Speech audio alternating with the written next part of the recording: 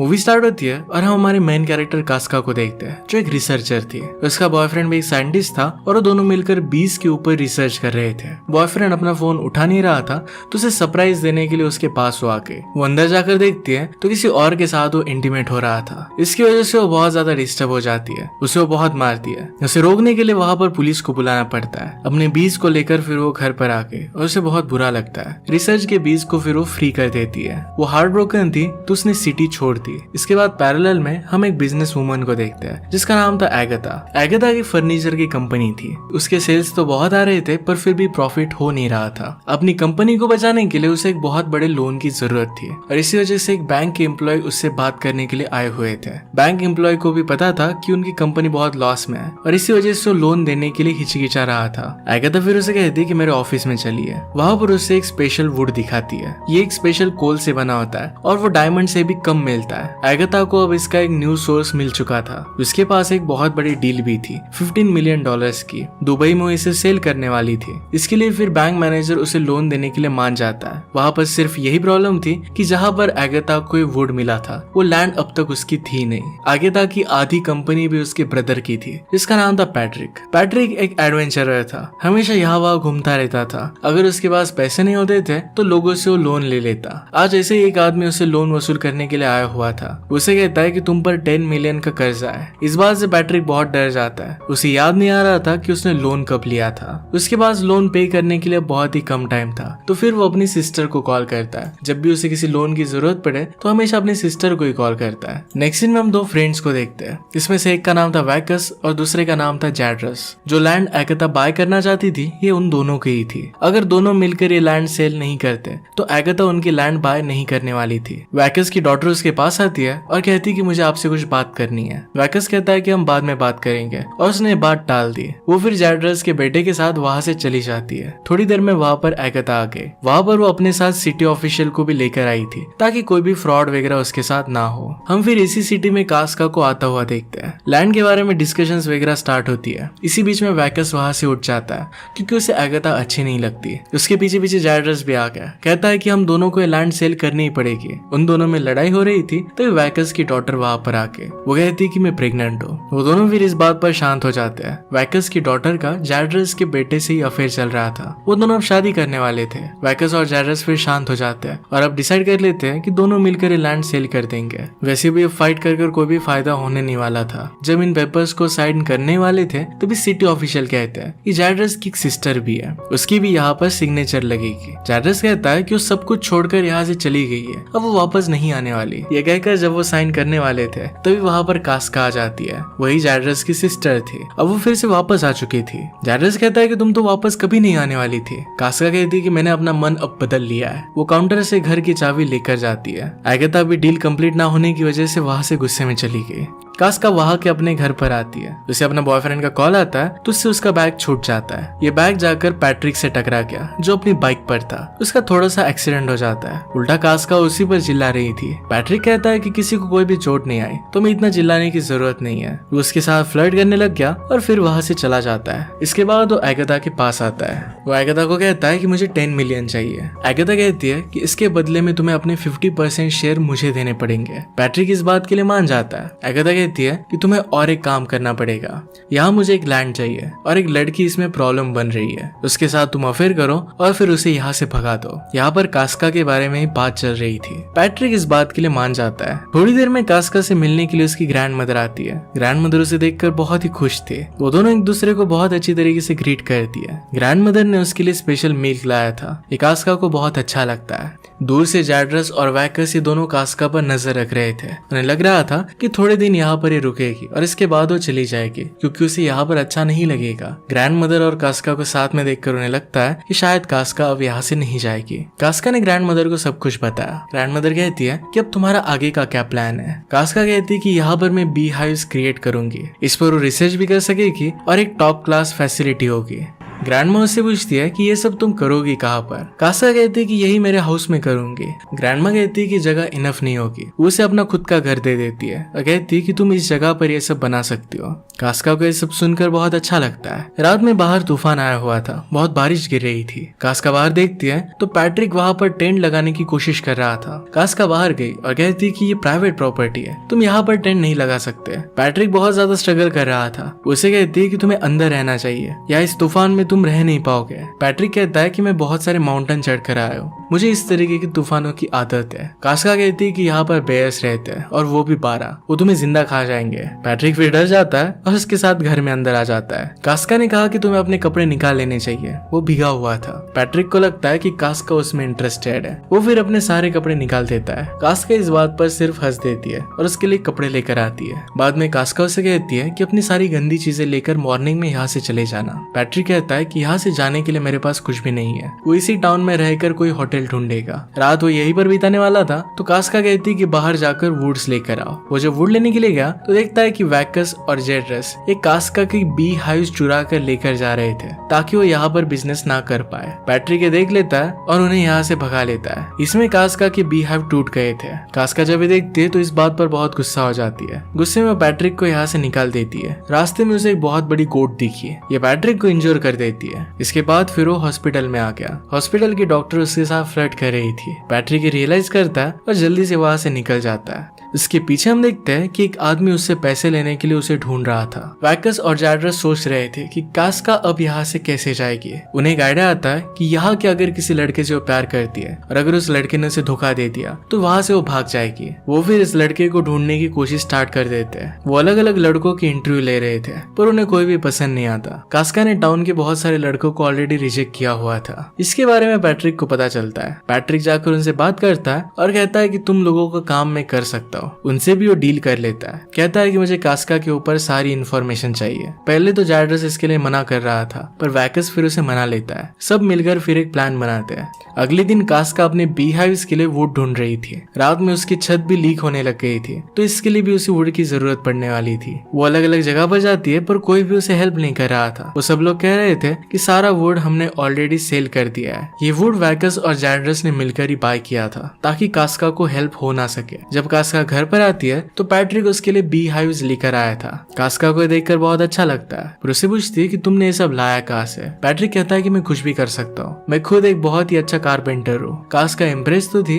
पर फिर भी उसे ज्यादा भाव नहीं देती है। पैट्रिक फिर खुद उसका रूफ अच्छी तरीके से फिक्स करने लगता है। ये करते करते वो नीचे गिर गया। कास्का उसे उठाकर बेड में लेकर आती है। पैट्रिक को फिर से लगता है कि कास्का उसमें इंटरेस्टेड है। वो जानबूझकर इंजर्ड होने का नाटक कर रहा था। कास्का ने बात देख ली। वो अपनी ग्रैंड मदर को बुला लेती है। दोनों मिलकर फिर प्रिटेंड करते हैं कि उसकी वो केयर कर रहे हैं पर उसे झाड़ू से बहुत मारते हैं। पैट्रिक बेचारा वहां से भाग जाता है। पैट्रिक पर उसकी सिस्टर भी बहुत प्रेशर बना रही थी। तुम्हारे पास बहुत ही कम टाइम है, जल्दी तुम्हें काम कंप्लीट करना पड़ेगा। पैट्रिक नदी के पास था और उसे फिर से वही गोट दिखती है। वो फिर से उसे इंजोर कर देती है। पैट्रिक फिर डॉक्टर के पास आ गया। डॉक्टर ने उसका इलाज किया। तभी वहां पर पैट्रिक से पैसे मांगने वाला आदमी आ चुका था। जल्दी से पीछे के डोर से पैट्रिक भाग जाता है। डॉक्टर बेचारी फिर से डिसअपॉइंटेड हो गई थी। डॉक्टर फिर उस आदमी को बिठा लेती है। इसके बाद नेक्स्ट सीन में हम देखते हैं कि पैट्रिक वैकस और जेड्रस से मिलता है। उन्हें कहता है कि उसे जरा प्रॉब्लम आ रही है पर वो स्लोली ये काम कर डालेगा। पैट्रिक कास्का के साथ करीबिया कैसे बढ़ा है इसके बारे में वो डिस्कस करते हैं। नेक्स्ट सीन में हम देखते हैं कि कास्का की ग्रैंड मदर के यहाँ पर वो सब मिलकर लीकर बना रहे थे। उसकी ग्रैंड माँ बहुत ही स्ट्रॉन्ग लीकर बनाती थी और ये बनाना इलीगल था। यहाँ पर वो सब लोग मिलकर बात कर रहे थे। डॉक्टर कहती है कि मेरे पास पैट्रिक आया हुआ था।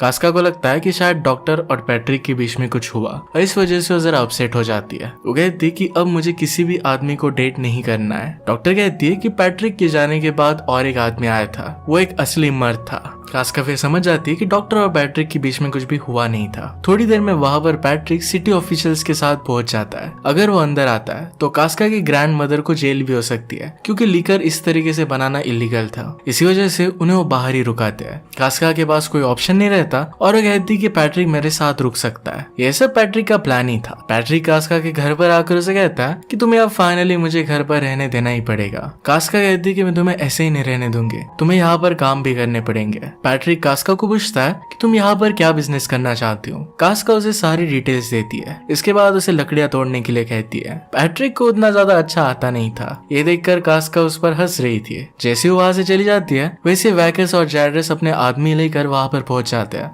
और जल्दी से सारे वुड को कट कर देते हैं। थोड़ी देर में जब कास्का वापस आई तो इम्प्रेस्ड हो जाती है कि पैट्रिक ने इतना सारा वुड तोड़ा कैसे है। इसके बाद पैट्रिक खुद की बड़ाई करता है। अंदर रहने के बाद वो थोड़ा सा कुक करता है। कास्का को ये सब चीजें बहुत अच्छी लगती है। रात में उसके डोर के बाहर वो वाइन लेकर खड़ी हुई थी। वो नॉक करने वाली थी पर अपना माइंड वो चेंज कर लेती है। पैट्रिक ये चीज बाद में नोटिस करता है। वो कास्का के रूम में देख रहा था और उसे कपड़े बदलते हुए देख लेता है। वो भी उसके डोर पर नॉक नहीं करता। अगले दिन वो कास्का के लिए फेंस बना देता है। कास्का आज बीज लेने के लिए माउंटेन पर जाने वाली थी तो पैट्रिक को भी अपने साथ आने के लिए कहती है। एक बहुत बड़ा माउंटेन था और पैट्रिक को चढ़ने में थोड़ी सी तकलीफ होती है। कास्का कहती है कि तुम तो इतने बड़े एडवेंचरर हो, तुम्हें इतना ज्यादा तकलीफ नहीं होना चाहिए। ऊपर चढ़कर वो व्यूज देखते तो ये बहुत ही ब्यूटीफुल थे। दोनों मिलकर फिर बीज को नीचे निकालते हैं। बीज निकाल के नीचे आते वक्त कास्का पैट्रिक पर गिर जाती है। वो दोनों करीब आ जाते हैं। पैट्रिक कहता है कि माउंटेन्स की लड़कियां कहती है कि हमारी फर्स्ट किस हमारे पूरे रिलेशनशिप के बारे में बता सकती है। कास्का उसके थोड़े से करीब आती है और फिर उसे पुश कर देती है। कहती है कि अपने माउंटेन की लड़कियों के पास ही जाओ। वहां से वापस आते वक्त पैट्रिक को फिर से वही कोट दिखती है और उसे फिर से इंजोर कर देती है। इस बार पैट्रिक कास्का की ग्रैंडमदर के पास आता है। वो उसकी मलहम पट्टी कर रही थी। पैट्रिक उसे कहता है कि मैं कास्का को लाइक करता हूँ, मैं उसे बात करने की कोशिश करता हूँ, अपनी दिल की बात बताने की कोशिश करता हूँ, पर कास्का कोई भी बात सुनती नहीं। ग्रैंडमदर कहती है कि कास्का एक बहुत ही एक्स्ट्रा ऑर्डिनरी लड़की है, तुम्हें उसे पाने के लिए कुछ अलग करना पड़ेगा। अब इसके लिए पैट्रिक वैकस और जैड्रस के साथ मिलकर एक प्लान बनाता है। उनके टाउन में कंपटीशन होती थी। यहाँ पर वुड चॉपिंग होती थी और सब लोग मिलकर वुड चॉप करते थे। बड़े बड़े वुडन ब्लॉक्स लेकर इन्हें कैरी करना होता था और जो ये पहले कर ले ये जीत जाता था। इसमें लोग इंजर्ड भी हो जाते थे। इसी कंपटीशन में पैट्रिक हिस्सा ले लेता है। कास्का को इसके बारे में पता नहीं था। उसे देखकर वो सरप्राइज्ड हो जाती है। उसे रोकने के लिए जाती है। कहती कि ऐसा मत करो, इसमें तुम इंजर्ड हो जाओगे, तुम कभी भी इसमें जीत नहीं सकते। पैट्रिक कहता है कि अगर मैं इसमें जीत गया तो मेरे साथ कॉफी पर आना। कास्का कहती है कि कुछ भी बात मत कहो। पैट्रिक कहता है कि अगर मैं जीतने नहीं वाला तो तुम मेरे साथ बेट लगा सकती हो। इसके बाद कंपटीशन स्टार्ट हो जाती है। हम पैरेलल में देख सकते हैं कि जिन भी लोगों ने कंपटीशन में हिस्सा लिया था उन सबको वैकस और जैड्रस पैसे दे रहे थे, यानी कि वो खुद से हार जाए और पैट्रिक जीत जाए। सिर्फ एक ही आदमी उनसे पैसे नहीं लेता क्योंकि वो जीतना चाहता था। पैट्रिक और फिर उस आदमी में रियल की कंपटीशन होती है और फाइनली इसमें पैट्रिक जीत जाता है। दूसरे आदमी का वुडन ब्लॉक किसी पर गिरने वाला था पर उसे भी पैट्रिक बचा लेता है। कास्का पैट्रिक से गुस्सा हो जाती है और वहां से चली जाती है। ग्रैंडमदर पैट्रिक से कहती है कि मैंने तुम्हें यह सब नहीं करने के लिए कहा था, तुम्हें किसी के फीलिंग्स के साथ नहीं खेलना चाहिए। आज रात कास्का उसे घर के अंदर नहीं लेने वाली थी। कास्का को तभी पार्सल ऑफिस से कॉल आता है और उसकी बीज आई थी। 2 दिन के लिए वो बीज वहीं पर है, उसे जल्दी जाकर वो लेकर आनी पड़ेगी वरना वो मर जाएगी। वो फिर पैट्रिक को कहती है कि हमें जल्दी चलना पड़ेगा। वो जल्दी से वहां पर पहुंच तो जाते हैं पर जरा लेट हो गया था और इसी वजह से ऑफिस बंद हो रहा था। ऑफिस बंद करने वाली एक लेडी थी। पैट्रिक जल्दी से जाकर उससे बात करता है और उसे अपनी अच्छी बातों की वजह से मना लेता है ताकि वो ऑफिस को फिर से खोल सके। थोड़ी देर में पैट्रिक कास्का को पार्सल लेकर वापस आ जाता है। कास्का को देखकर बहुत ही अच्छा लगा। वो पैट्रिक को गले लगा लेती है। घर आकर उसके साथ वो इंटीमेट होने लग गए। पैट्रिक को उसके साथ ये सब करना गलत लगता है तो कहता है कि मैं तुम्हें कुछ कहना चाहता हूँ। कास्का कहती है कि अब कुछ भी मत कहो। उसके साथ वो इंटीमेट हो जाती है। अगली सुबह पैट्रिक वहां से निकल जाता है। वो वैकस और जैड्रस के पास आ जाता है और उन्हें सब कुछ सच्चाई बता देता है कि उसी की सिस्टर के लिए काम कर रहा था। घर पर पैट्रिक का फोन नीचे ही गिरा हुआ था। उसे एगाथा का कॉल आ रहा था। इस कॉल की वजह से कास्का समझ जाती है कि पैट्रिक अपनी सिस्टर के कहने पर यह सब कर रहा है। इससे वो बहुत ज्यादा गुस्सा हो गए। पैरेलल में वैकस और जैड्रस भी बहुत गुस्सा थे। उनमें लड़ाई चल ही रही थी तभी वहां पर कास्का आ जाती है। कास्का कहती कि मेरे साथ ये सब करने के लिए तुम्हें कितने पैसे मिले। उससे कन्फ्रंट करती है और रोते रोते वहां से जा रही थी। कहती कि अब इस टाउन में मेरे लिए कुछ भी नहीं है। अब वो वहां से हमेशा के लिए जाने वाली थी। ये सब बातें वहां के सिटी ऑफिशियल सुन रहा था। वो उनसे कहता है कि कास्का अब यहाँ से जाने वाली है तो उसके लैंड में जो ट्रेजर है उसका क्या।